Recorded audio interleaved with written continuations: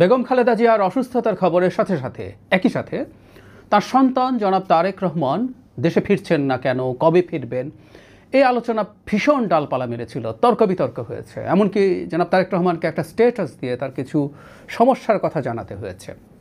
গতকাল সর্বশেষ অবস্থা দেখে মনে হচ্ছে তিনি অচিরেই দেশে ফিরছেন। সেটা মনে করার যথেষ্ট কারণ আছে, সেটা নিয়ে কথা বলতে চাই।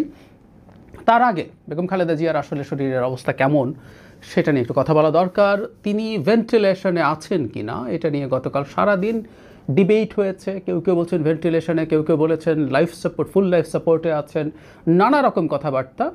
আমি সর্বশেষ প্রথম আলোর একটা রিপোর্টে দেখলাম যে তারা খোঁজখবর করে এটা জানাচ্ছেন তিনি ভেন্টিলেশনে আছেন। যদিও তার আগে বিএনপির একজন গুরুত্বপূর্ণ নেতা আহমেদ আজম খান এটা আমাদেরকে জানিয়েছিলেন। অফিসিয়ালি আসলে আমরা বিএনপির পক্ষ থেকে তেমন কোনো স্টেটমেন্ট এখনও পাইনি, কিন্তু আমরা এর পরবর্তীতে দেখলাম বিএনপির স্থায়ী কমিটির একটা বৈঠক হয়েছে, জরুরি বৈঠক। সেই বৈঠক শেষে জনাব সালাউদ্দিন আহমেদ, খুবই সিগনিফিক্যান্ট নেতা বিএনপির, তিনি জানিয়েছেন তারেক রহমান আর খুব বেশি দেরি করছেন না, তিনি খুব দ্রুতই দেশে ফিরছেন। তাতে আমরা বুঝতে পারি বেগম খালেদা জিয়ার আসলেই অবস্থার অবনতি হয়েছে। আমি গতকাল একটা ছোট ভিডিওতে বলেছিলাম আমরা চাই, আমরা দোয়া করি তিনি আমাদের মাঝে ফিরে আসুন, তিনি আমাদের মাঝে আরও বেশ লম্বা সময় থাকুন। এখন জনাব তারেক রহমান ফিরে আসা নিয়ে যে কতগুলো অঙ্ক মেলানোর চেষ্টা করছেন অনেকে, সেগুলো একটু বলে। একটা হচ্ছে আইন উপদেষ্টা গতকাল বলেছেন যে সরকারের দিক থেকে তো বাধা নেই, তারা জনাব তারেক রহমানের নিরাপত্তাজনিত যদি কোনো সমস্যা থাকে সেটাও তারা দেখার চেষ্টা করবেন। এটা একটা গুরুত্বপূর্ণ বিষয়। সরকার দফায় দফায় বলেছে তারা কোনো ব্যারিয়ার তৈরি করছেন না। প্রধান উপদেষ্টা প্রেস সচিব, তারপরে আমাদের পররাষ্ট্র উপদেষ্টা, তিনি ট্রাভেল ডকুমেন্ট 24 ঘন্টার মধ্যে দিতে চেয়েছেন, সব রকমভাবে সাহায্য করবে। এরপর সরকার বাধা দিল না, কিন্তু সরকারের আসলে সাহায্য লাগবে। সমস্যা যদি নিরাপত্তাজনিত হয়, আমরা এটাকেই প্রধান সমস্যা বলে মনে করি। দেশের অভ্যন্তরে এবং বৈদেশিক অনেক শক্তি জনাব তারেক রহমানকে যদি হত্যা করতে পারেন, অনেক সুবিধা তাদের আছে। সেই কারণে তিনি যদি রাষ্ট্রীয় এক্সট্রা নিরাপত্তা পান, সেই সূত্রে জানা যায় যদি নির্বাচনের তফসিল ঘোষণা করা হয়ে যেত, তাহলে তিনি তার এই সিকিউরিটি থ্রেটের কথা জানালে এসএসএফের নিরাপত্তা তিনি পেতে পারতেন। মানে অন্যান্য যে বাহিনীগুলো আছে সেই তুলনায় স্পেশাল সিকিউরিটি ফোর্স বা এসএসএফের নিরাপত্তা নিশ্চিতভাবেই তার জন্য অনেক বেশি বেটার কাজ করতো, অনেক বেশি কাজ করতো। এসএসএফ আমরা সাধারণ অর্থে জানি, আমি এসএসএফের আইনটা দেখছিলাম, 21 সালে এটা নতুন করে হয়েছে, আবার আগে তো ছিলই। তো সেই আইনে রাষ্ট্রপতি এবং আমরা সোফার যেটা জানি আর কি, যে রাষ্ট্রপতি এবং প্রধানমন্ত্রী মূলত এই এসএসএফের নিরাপত্তার সুবিধা পাবেন বাই ডিফল্ট। এখন যেহেতু প্রধানমন্ত্রীর জায়গায় প্রধান উপদেষ্টা আছে, তিনি পাচ্ছেন। আর রাষ্ট্র বা সরকার চাইলে যে কোনো সময় যে কোনো ব্যক্তিকে, বিদেশি বা দেশি যে কোনো ব্যক্তিকে অতি গুরুত্বপূর্ণ ব্যক্তি হিসেবে ঘোষণা করে তাকে এসএসএফ নিরাপত্তা দিতে পারেন। আমাদের নিশ্চয়ই চোখে পড়েছে গতকালই সরকার একটা প্রজ্ঞাপন জারি করে বলেছে বেগম খালেদা জিয়া এখন থেকে অতি গুরুত্বপূর্ণ ব্যক্তি, তাকে সেটা ঘোষণা করা হয়েছে। সেই প্রজ্ঞাপনে তাকে এসএসএফের নিরাপত্তাও দেয়া হবে সেই ঘোষণার মাধ্যমে। কেউ কেউ বলার চেষ্টা করছেন এটার মাধ্যমে জনাব তারেক রহমানকে এসএসএফের নিরাপত্তা দিয়ে দেয়া যাবে তার সন্তান হিসেবে। আমার কাছে কথাটা সঠিক বলে মনে হয় না। আমরা এই যে আইনটা আমি পড়ছিলাম, বাহিনীর ক্ষমতা ও দায়িত্ব আর্টিকেল ধারা 8-এর 3-এ আছে একদম স্পষ্টভাবে বাহিনী রাষ্ট্রপতি, প্রধানমন্ত্রী বা ক্ষেত্রমতো অন্তর্বর্তী সরকারের প্রধান উপদেষ্টা এবং অতি গুরুত্বপূর্ণ ব্যক্তির নিরাপত্তার বিঘ্ন ঘটাইতে পারে এরব ব্লা ব্লা ব্লা। তার মানে যাকে ঘোষণা করা হবে, এবং আমি প্রজ্ঞাপনটা পড়ে দেখলাম খালেদা জিয়ার পরিবারের কথা উল্লেখ নেই, শুধুমাত্র বেগম খালেদা জিয়াকে এই অতি গুরুত্বপূর্ণ ব্যক্তি ঘোষণা করা হয়েছে এবং তাকে এসএসএফ সুবিধা দেওয়া হচ্ছে। একটা কথা আমরা মনে রাখবো, রাষ্ট্রপতি এবং প্রধানমন্ত্রীর বাইরে তার পরিবারের সব সদস্য এসএসএফের নিরাপত্তা বাই ডিফল্ট এভাবে পেয়ে যান না। সুতরাং বেগম খালেদা জিয়ার এই এসএসএফ জনাব তারেক রহমানকেও কাভার করবে, আমার কাছে এটা সঠিক বলে মনে হয় না।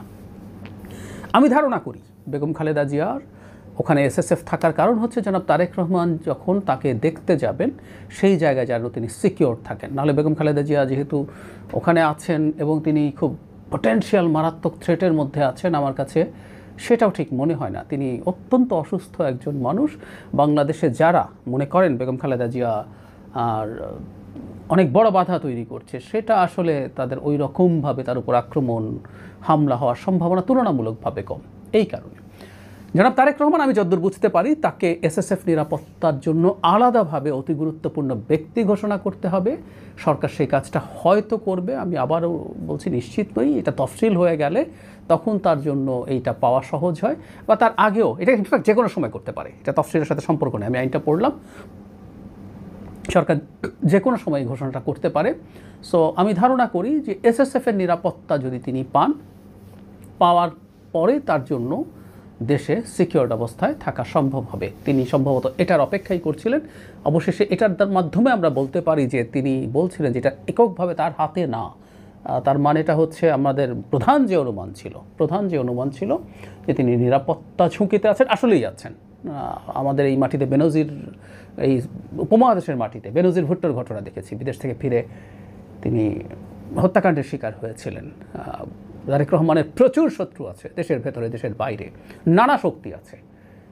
বিএনপিকে ভেঙে দেওয়া, বিএনপিকে ধ্বংস করে দেওয়া, দিলে বহু রাজনৈতিক ব্যক্তির, অরাজনৈতিক ব্যক্তির, দেশের খেলোয়াড়, বিদেশের খেলোয়াড়, নানা জনের নানা বেনিফিট আছে। সুতরাং সেই চেষ্টা হতে পারে উনি এটার জন্যই হয়তো বা অপেক্ষা করছেন।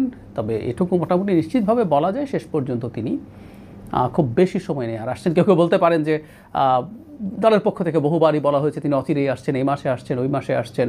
এটাও সেই রকম কি না আমি মনে করি না, কারণ গতকাল স্থায়ী কমিটির বৈঠকের পর নিশ্চয়ই এই ইস্যুটা নিয়ে আলোচনা হয়েছে এবং জনাব তারেক রহমান ফাইনালি একটা সিদ্ধান্ত নিয়েছেন এবং আমি মোটামুটি নিশ্চিত যে সরকারের সাথে তার নিরাপত্তার ব্যাপারে সিরিয়াস কথাবার্তা এবং আলোচনা হয়েছে, সিদ্ধান্ত হয়েছে এবং এটা অবশ্যই বেগম খালেদা জিয়াকে যে এসএসএফ দেওয়া হচ্ছে সেটা সাথেই হয়ে যাচ্ছে, ব্যাপারটা এই রকম নয়। আমরা আশা করি তিনি দেশে ফিরে আসবেন অচিরেই। এই ফিরে আসাটা অবশ্যই, বারবার বলছি, সব কিছু যদি সিকিওর থাকে তাহলেই তার আসা উচিত হবে। সব সিকিওর করে আসুন এবং আমাদের ভবিষ্যৎ গণতান্ত্রিক ট্রান্সফরমেশন যেটা আমরা চাইছি সেটার জন্য বিএনপি যেভাবে গুরুত্বপূর্ণ হয়ে উঠেছে, এই দলটার ডিফ্যাক্টো চেয়ারপারসন, উনি ভারপ্রাপ্ত চেয়ারম্যান হলে উনি আসলে বহুদিন থেকে মূল দায়িত্ব পালন করছেন। তার থাকা যে অনিবার্যতা আছে সেটা ক্রমাগত বাড়ছে। নানা রকম আশঙ্কা, নানা রকম ষড়যন্ত্রের কথা আমরা শুনি। তিনি দেশে আসার সাথে সাথে আমরা বিশ্বাস করি সেগুলো প্রায় সব কিছুই উবে যাবে।